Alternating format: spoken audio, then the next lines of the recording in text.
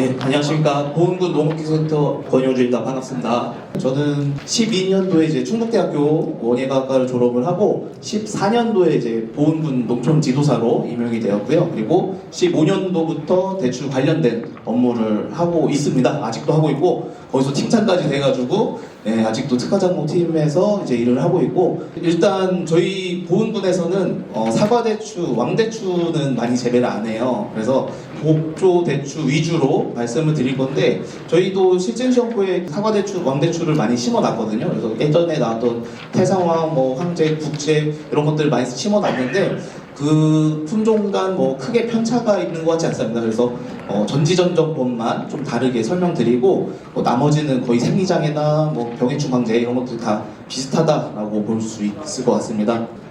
대추는 임산물이라는 뜻이에요. 그래서 임산물이다 보니까 농촌진흥청이나 농업기술원이나 농업기술센터에서 연구하고 지도하기가 아직 힘들다. 물어볼 사람이 없거든요. 연구한 사람이 없으니까.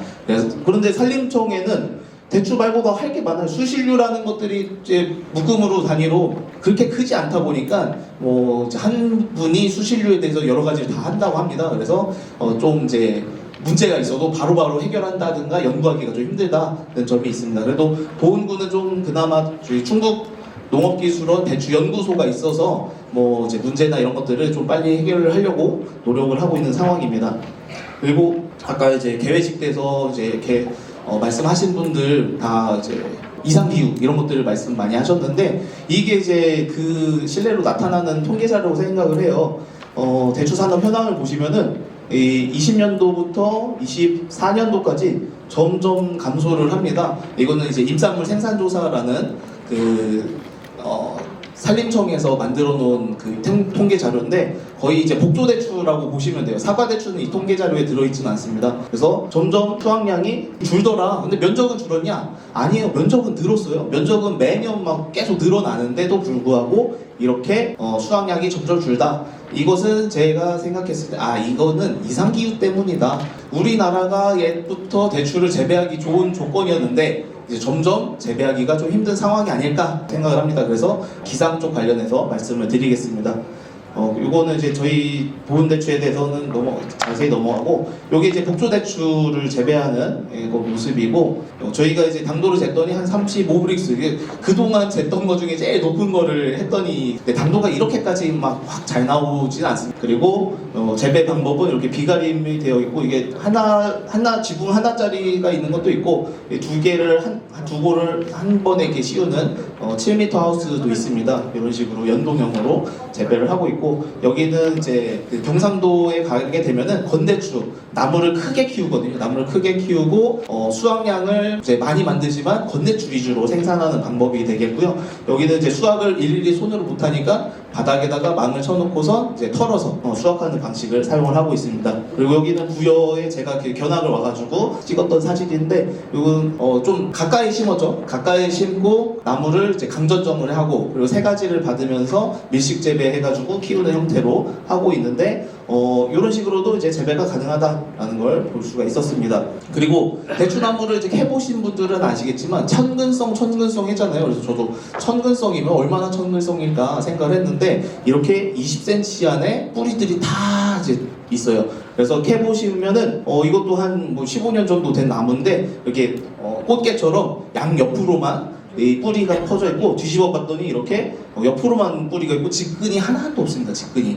그래서 저희가 이제 관수를 할 때 보통 스프링쿨러가 좋아, 점적 관수가 좋아 이렇게 말씀하시는데, 점적 관수는 물이 깊이 들어가는 거 점적 관수라고 써요. 근데 스프링쿨러는 물이 깊지 않게 넓게 퍼지는 거를 사용을 하는데, 대추나무는 아무래도 천근성이다 보니까 스프링쿨러를 쓰는 게 좀 유리하다 생각이 들고, 그리고 비가림을 하시는 분들은 느끼시겠지만 퇴비를 뿌려도 물을 안 주면 그냥 다 썩지도 않고 그대로 푸슬푸슬하게 썩질 않습니다. 그래서 물을 제대로 공급을 할 수 있도록 만들려면은 스프링쿨러식이 더 낫겠다라는 거. 그리고 신규 식재 하실 분은 혹시 있으신가요?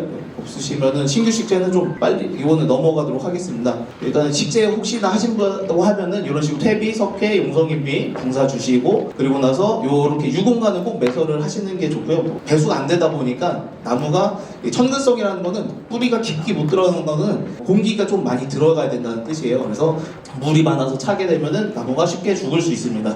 그리고 나무를 잘 선택을 하시고 심는 거리에 따라서 이렇게 4m, 2m다 이러면 이렇고 3.5에 2m다 하면은 142주 이런 식으로 식재를 하시면 되고요.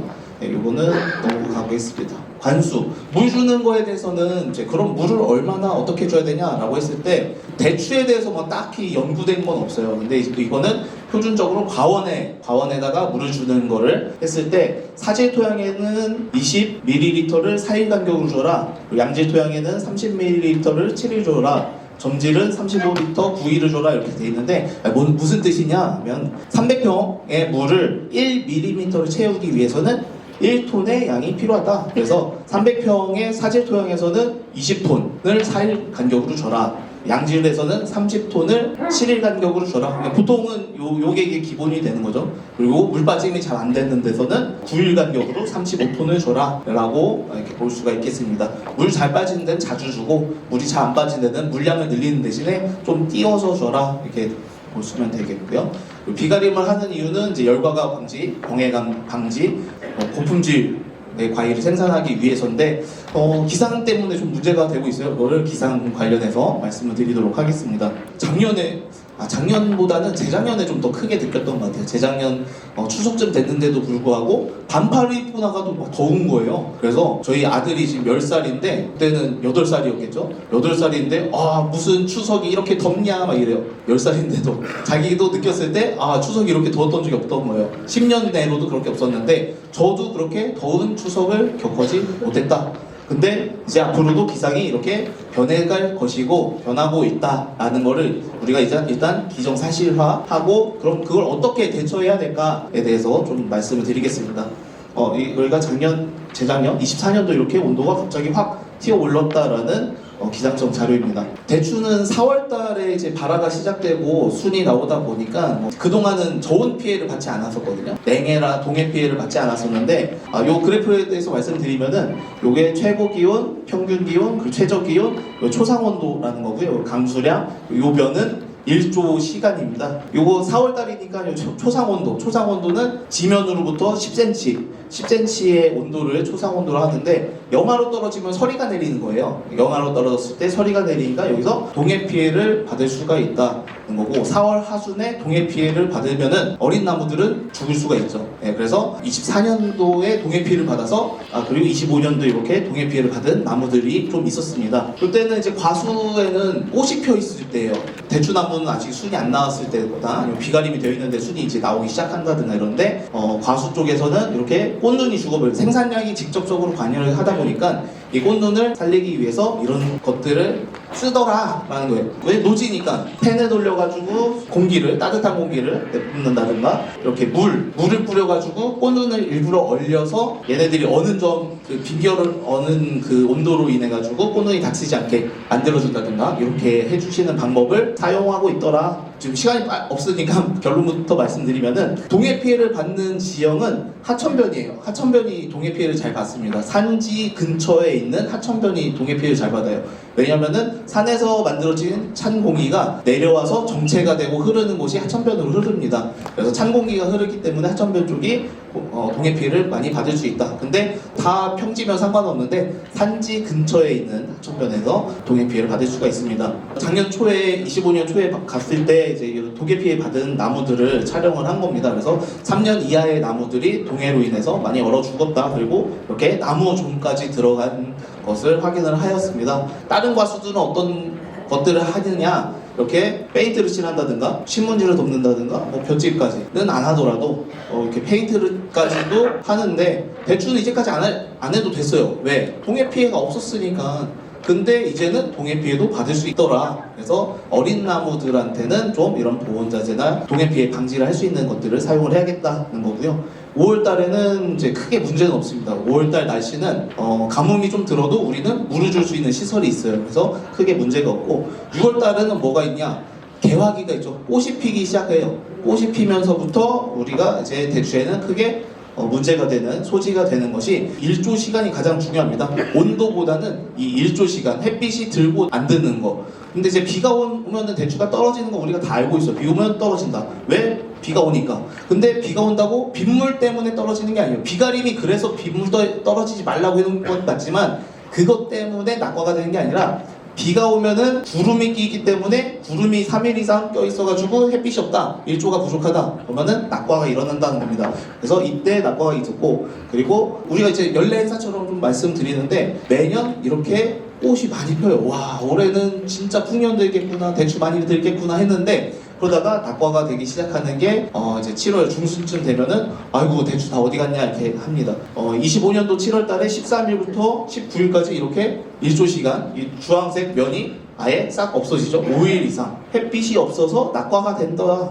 그래서 저희가 이런 환상박피 기술을 이제 보급을 하고 알려드리고 이거를 최대한 효과를 보면서 피해는 좀 적을 수 있게끔 가지박피를 좀 말씀을 드렸어요. 주간박피를 하면은 이제 나무가 죽어버리니까 가지별로 박피를 하셔라. 그래서 이런 가위도 한번 사용을 해보시라. 그리고 박피를 쓸 때 확실히 효과가 있다라는 거. 장마가 6월이나 7월이나 언제든지 오긴 올 거예요. 오긴 오지만 그 장마 며칠 때문에 우리가 수확량을 전체를 감소시키는 게 이제까지 이게 문제가 돼서 환상박피를 했었다는 건데, 그리고 나서 또 문제가 새로 생겼습니다. 뭐냐, 8월 달에는 온도가 또 너무 높아져요. 고온, 다습의 조건에 의해서 일소 피해가 나타납니다. 햇빛에 데이는 증상이 나타나서 과일도 비가림 해놨는데 막 터져요. 터지는 이유가 일소 피해에 의한 열과가 생긴다. 다른 과수들에서는 이렇게 햇빛 차단망을 지원하는 사업들을 많이 하고 있습니다. 그리고 대추에 대해서는 햇빛 차단망을 했더니 열과율이 줄어들더라. 8%가 감소하더라. 열과 8% 감소하니까 상품성도 8% 증가해서 16%가 증가하더라 라는 대추연구소 자료가 있습니다. 그래서 이거를 저희도 이제 한번 저희 실증 시험부에 이렇게 해봤는데 파란색 망이 가장 효과가 있었습니다. 이게 다른 하얀색 망도 해보고 직조비니도 해보고 해봤는데 직조비니는 너무 이제 차광이 심하고 이게 딱 적당한 것 같아요. 그래서 진흥청에서는 요거를 이제 과수 쪽에 대해서 파란색 망에 대해 햇빛 차단망 시설을 지원을 하고 있습니다. 그리고 우리 이제 보훈군에서 햇빛 때문에 문제가 되다 보니까 이런 식으로 비닐 하우스가 있잖아요. 하우스 위에다가 이제 도포를 하는 사업을 했습니다. 도포를 하게 되면은 햇빛 차단망을 쓴 효과가 나타나죠. 근데 작년에 어떻게 됐어요? 비가 이렇게 왔습니다.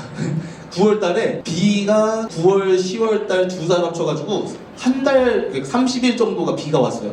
9월, 10월 달 합쳐가지고 비가 와면은 햇빛이 이렇게 없는데 햇빛이 없는 데다가 차광까지 시켜놨으니 더 당도가 안 울고 더 맛이 없겠죠. 그리고 열매도 크지 않고. 그래서 햇빛 차단망을 하거나 아니면은 비가림 위에다가 그 이제 도포제 살포를 한 농가들이 좀 피해가 있었다라는 거예요. 근데 이런 기상을 예측을 못하니까 문제라고 생각을 합니다. 뭐 슈퍼컴퓨터도 예측을 못하고 양자 컴퓨터가 있어야지 된다는데 아직 양자 컴퓨터는 그렇게 많이 만들어지지 않았다고 합니다. 그래서 우리가 기상을 이제 이럴 것이다. 9월 달에는 그동안은 장마가 안 왔어요. 그러니까 햇빛이 쨍쨍해서 열과 일소 피해가 클 것이다 라고 생각해서 뭔가를 활동을 했지만 오히려 독이 되는 결과가 나타날 수도 있다.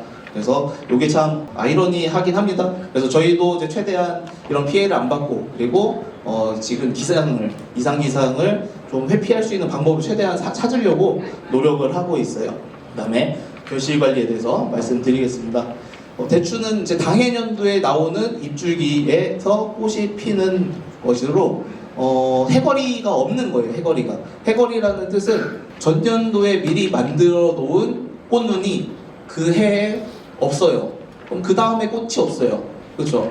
그 전년도에 미리 안 만들어 놨으니까 없는데 얘는 미리 안 만들어 놔요. 그 해에 만든 겁니다. 그 해에 만들어진 잎줄기에 기부해서 꽃이 피기 때문에 해거리랑 상관없이 그 해에 피는 날씨에 따라서 이렇게 착과가 되고 안 되고가 결정이 됩니다. 그리고 이런 식으로 세 가지에서 잎줄기에서 꽃을 피우는 방법이 있고 묵은 가지에서 꽃이 피우는 방법이 있는데 복조대추는 이게 가능해요. 묵은 가지에서 꽃을 피워가지고 착과를 시키는 방법이 되는데 사과대추, 왕대추들은 이런 식으로 세 가지만 꽃이 피워야 됩니다. 요거는 뭐 누가 연구한 사람이 없어서 모르는데 경험적으로 봤을 때 묵은 가지에다가 잎줄기를 키워가지고 착과를 시켰더니 나중에는 죄다 다 쏟아져요. 막 쭈글쭈글 되면서 상품성도 없고 죄다 다 떨어지기 때문에 묵은 가지에서는 착과시키지 않아서 거의 강전점을 통해서 진행을 하고 있습니다.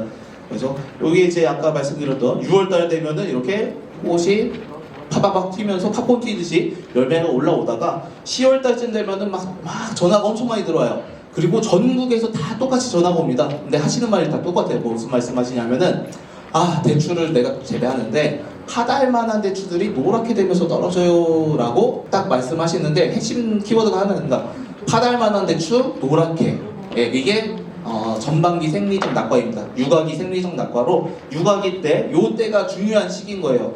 파달만한 대추들이 육아기로서 중요한 시기고 그때 날씨가 안 좋다 그러면은 죄다 다 쏟아진다. 날씨가 안 좋다는 건 뭐냐? 햇빛이 없다는 거예요. 햇빛이. 비가 와서 물이 많다는 게 아니고 햇빛이 없다. 그래서 이런 식으로 꽃까지도 문제가 될 수가 있고 그리고 7월달 돼서도 날씨가 계속 안 좋으면은 일조량이 부족이 되면은 이렇게 큰 과일도 낙과가 됩니다.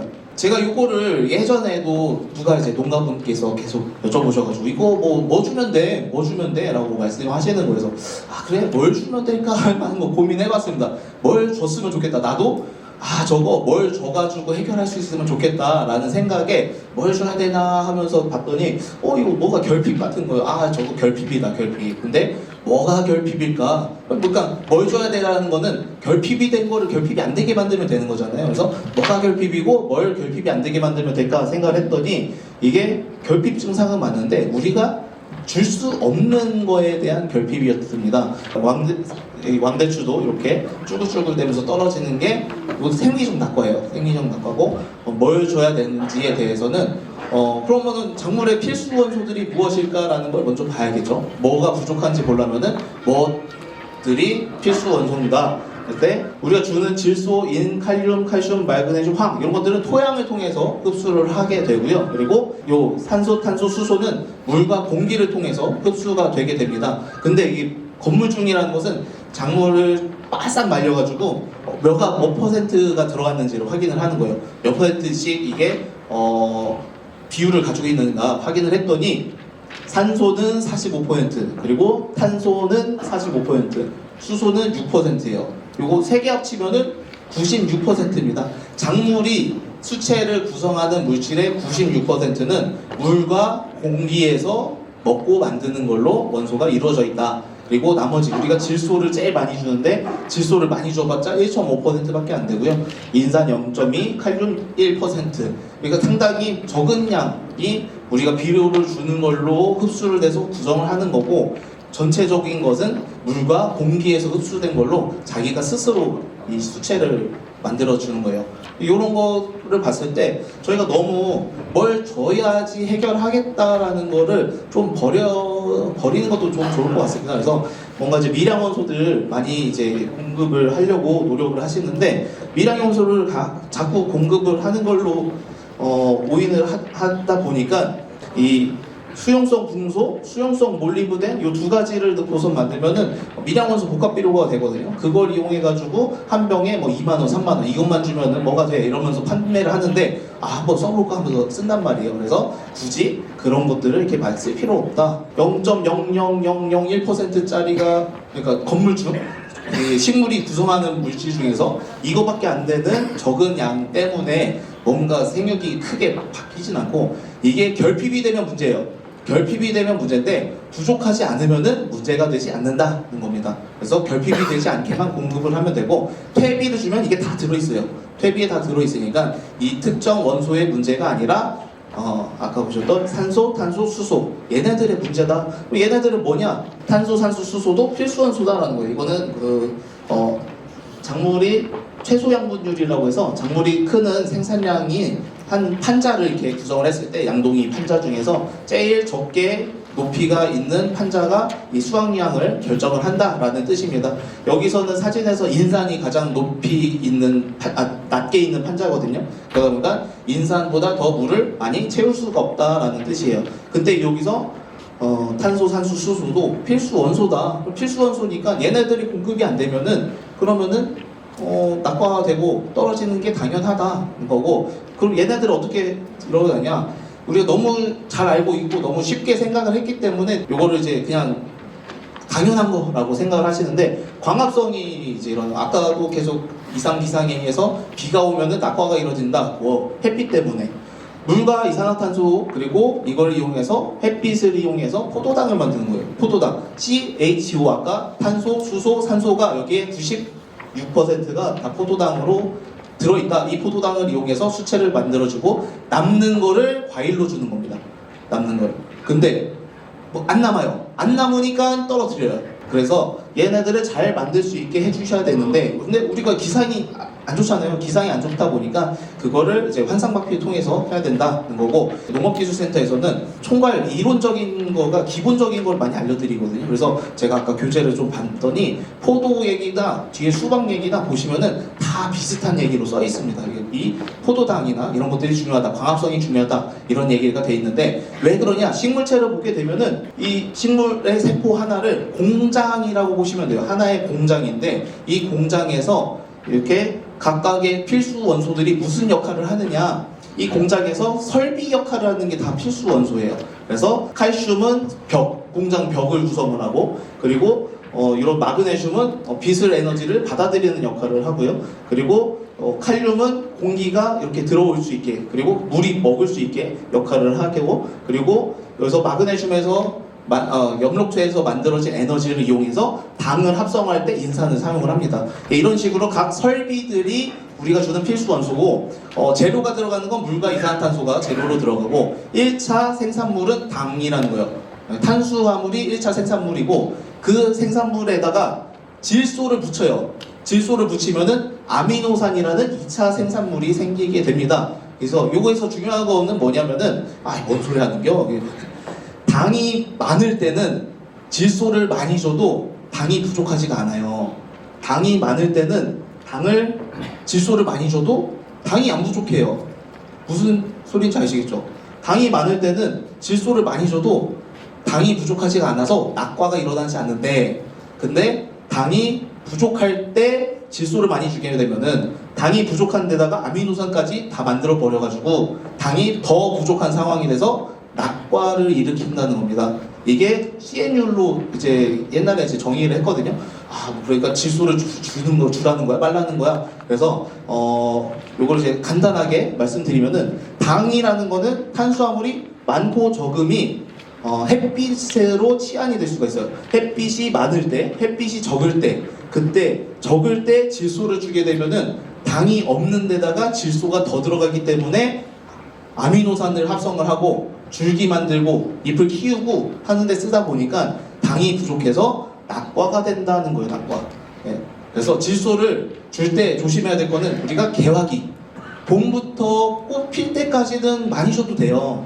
봄부터 꽃 필 때까지 많이 줘도 되는데, 개화기 때 많이 주게 되면은 낙과가 유발될 수가 있다라는 걸 유념을 하셔야 되겠고, 그러면은 이것들을 하기 위해서 이렇게 질소를 안 준다든가 약전정을 한다든가 이렇게 하는데, 근데 이걸로도 좀 부족하고, 날씨가 안 좋은 환경에서는 이제 기상 문제로 인해서 이제 3일 정도만 비가 오더라도 탄수화물 결핍에 의해서 낙과가 일어난다. 그래서 박피를 해야 된다라는 결론입니다. 다른 이제 근거 자료로는 이렇게 과수 쪽에 연구가 된 게 사과가 돼 있거든요. 사과에 대해서는 종자가 적은 과실에 대해서 유각이, 그러니까 저희는 이제 파달만한 대추라고 볼 수가 있죠. 얘네들은 낙과가 잘 되는데, 왜냐? 과실이 빨리 생장을 해야 돼요. 그러니까 탄수화물이 더 많이 필요하고 종자가 형성이 안 돼 있고, 그리고 장마가 드는 날씨는 낮에 비가 오면서 구름이 껴있고 밤에는 따뜻해요. 고온 현상으로. 그리고 야간에 온도가 높아서 호응량이 많습니다. 그래서 탄수화물의 소비가 촉진되기 때문에 낙과가 더 잘 된다라는 뜻입니다. 그럼 어떻게 해야 되냐? 이런 것들을 다 하고, 기본적으로 우리가 할 수 있는 개화기 때 해야 될 거, 그리고 그 전에 해야 될 거, 순지르기 빨리빨리 하고 전지전적 잘하고 이런 것들을 하더라도 떨어진다는 거예요. 그래도 떨어진다. 왜?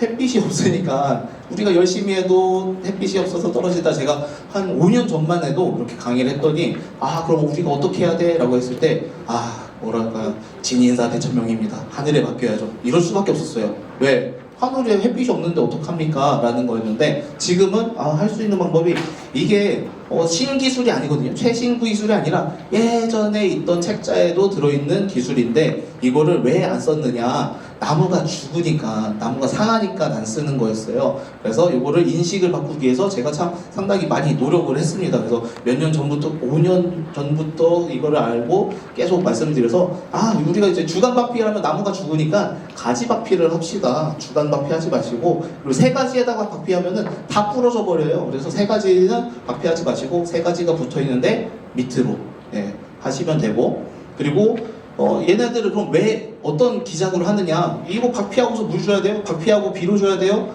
그거 물어본단 말이에요. 왜?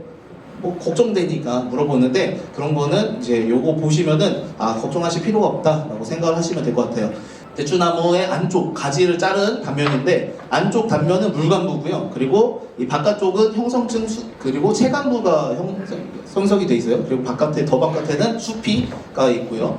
근데 우리가 끊어야 될 거는 요 수피 안쪽에 있는 형성층과 체간부를 끊어 주시는 겁니다. 이 체간부가 무슨 역할을 하느냐? 체간부는 양분의 이동 통로인데, 어떤 양분? 우리가 주는 비료의 양분 이동 통로가 아니고 잎에서 만들어지는 포도당의 양분 이동 통로예요.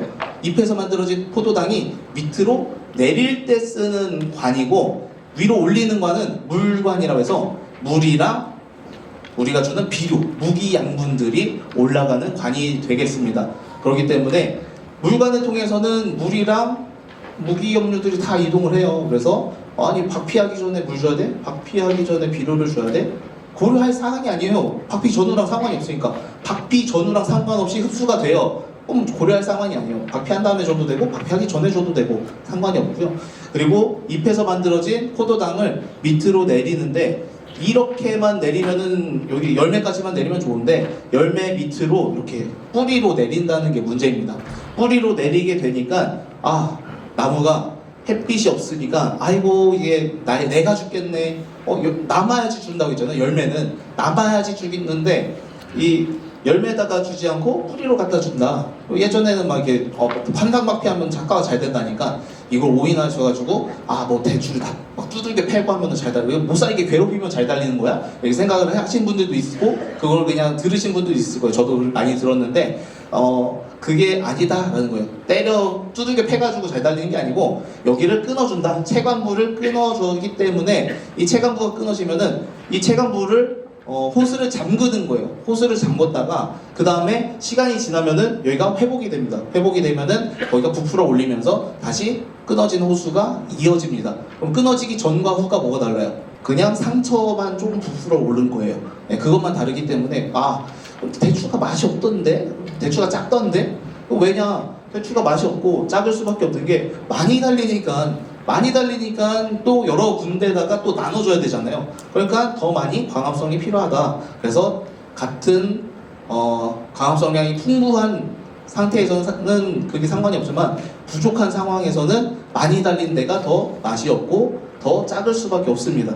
그래서 이제 가위로 이렇게 하는 모식도를 했는데, 이런 식으로 여기를 베어주고 시간이 지나면 이렇게 살이 차면서 이게 끊어진 데가 다시 부풀어 올리면서 회복이 됩니다. 그리고 효과는 이렇게 나타나고, 그리고 어떤 분들은 이제 박피 막 알려드렸더니 나 박피했대요 했는데 또 다 떨어졌다는 거예요. 그래서 말도 안 되는데, 내가 해봤는데 이상하다, 내가 뭐 잘못 알려드렸나 하고서 가봤습니다. 갔더니 이렇게 박피를 했는데 1, 2주가 지났는데도 밋밋한 거예요. 밋밋한 게 그냥 그대로 있습니다. 이거는 뭐냐? 체간부가 끊어지지가 않은 거예요. 체간부를 끊어야 된다는 거 중요하게 말씀드렸는데, 체간부를 끊어뜨리지 않고 겉에 살짝 조피만 끊어 놓으면은 체간부가 안 끊긴 거잖아요. 그래서 양분의 이동이 이동한다. 그래서 위에서 밑으로 그 포도당 맞는 게 다 내려가겠죠. 그래서 효과가 없다. 그러면은 반대로 말씀드려서 효과가 있는 부위는 어디냐? 환상박피를 한 곳에 위에 쪽에 효과가 있습니다. 왜? 포도당을 밑으로 안 내리니까 그나마 좀 광량이 적은 데서 만들어 놓은 그 포도당을 이용해서 착과를 시키라는 뜻에서 이렇게 박피를 하는 거고요. 제가 톱질을 잘못해가지고 나무를 깊게 잘랐더니 이렇게 시드는 증상도 나타났었습니다. 그리고 그럼 뭘 뿌리면 좋을까라는 것 중에서 제가 이것저것 다 해봤는데 그동안 이제 명확하게 확 효과가 있는 게 없었어요. 근데 얘는 좀 효과가 있더라. 이것도 저희 대추 연구소에서 실험을 해가지고 상품화 시킨 건데, 이게 이제 지베렐린입니다. 근데 우리가 알고 있는 그 지베렐린이 맞아요. 그러니까 우리 샤인머스켓 때문에 뭐 난리가 났던 그게 있었잖아요. 근데 저는 좀 이게 와전이라고 생각하는 게 식물 호르몬이라 하면 식물에서 쓰는 호르몬인 거고 사람의 뭐 환경 호르몬이나 아니면 인체의 호르몬이랑 완전 다른 물질이거든요. 근데 호르몬이라는 이름 때문에 좀 오인을 하셔가지고 문제가 됐다. 근데 이거 뜻이 얘를 왜 쓰냐면은 지베렐린이라는 종자에서 나오는 호르몬이에요. 종자에서 나오는 호르몬이 나 종자가 생겼어요 라는 그 신호를 보내가지고 열매를 크게 키우는 물질의 역할을 합니다. 이건 신호를 주는 거예요. 아, 나 종자 있어요. 나 떨어뜨리지 마세요. 나 키워요. 하고선 나타내는 그런 호르몬인데, 아, 얘를 썼더니 착과가 되더라. 저희도 한번 실험을 해봤죠. 해봤더니 얘가 효과가 있는 거예요. 있는데 착과에는 효과가 있어요. 착과가 더 빨리 되고 열매가 빨리 크고 좋아지는데 낙과를 막지는 못해요. 열매가 떨어뜨리는 걸 막지 못한다는 거예요. 낙과는 뭐예요? 햇빛이 부족할 때. 햇빛이 부족할 때는 더 낙과가 될 수가 있다. 그래서 두 가지를 좀 병용을 해야 됩니다. 한 가지만 맹신해가지고 쓰시지 마시고 이런 제품이 있으니까 이런 것도 활용하셔도 좋을 것 같고요. 그리고 환상박피는 제가 생각하는 대추 농가분들이라면은 쓸 줄은 무조건 알고 있어야 된다. 그러니까 쓸지 안 쓸지는 본인이 결정을 하시겠지만 쓸 줄은 알고 있어야 된다 이렇게 생각을 합니다. 아, 참 이 단원별로 혹시 궁금한 거 있으시면은 질문하셔도 되는데 이 단원에 대해서 궁금하신 거 질문해 주시면은. 네. 아, 지베렐린은 요게 저도 이제 제품이 나온 지 얼마 안 돼가지고 저 한 번밖에 1년이었나요? 일단 작년에 처음 등록이 된 거예요. 그래서 한 번밖에 사용을 못 해봤는데 개화기 때 사용을 하면 효과가 있습니다. 개화기 때 꽃이 피었을 때 사용을 하면은 꽃이 빨리 수정이 돼요. 빨리 수정이 되고 열매가 빨리 크게 됩니다. 그래서 제가 생각했을 때 사용 적기는 이제 밤마다 좀 다르거든요. 이제 전지정정 부분인데 전지정정을 어떻게 하는가에 따라서 그 꽃이 일찍 필 수가 있고 늦게 필 수가 있거든요. 그래서 꽃이 늦게 핀다? 만개. 우리 밭은 꽃이 좀 만개가 한 7월 10일쯤이다. 그럼 그때 요걸 뿌리시면 될 거라고 생각을 하고요. 그리고 나서 그 시기에 햇빛이 적어지는 장마가 껴있다. 그러면은 박피까지도 하셔야 되겠고요. 박피는 햇빛이 부족하기 전에 하시는 거예요. 이걸 보시고선 날씨 기상 예보를 보시고 다른 것도 궁금하신 거 있을까요? 네. 결시 진대에 퇴비를 주면 어때요? 아, 퇴비는 뒤에 이제 비료의 부분에서 말씀을 드릴 건데 아까 그 CN율 말씀드렸잖아요. 퇴비, 유박, 그리고 질소질 비료들은 질소가 들어있어요. 질소가 들어있는데 퇴비를 주고선 박피를 하면 상관이 없어요.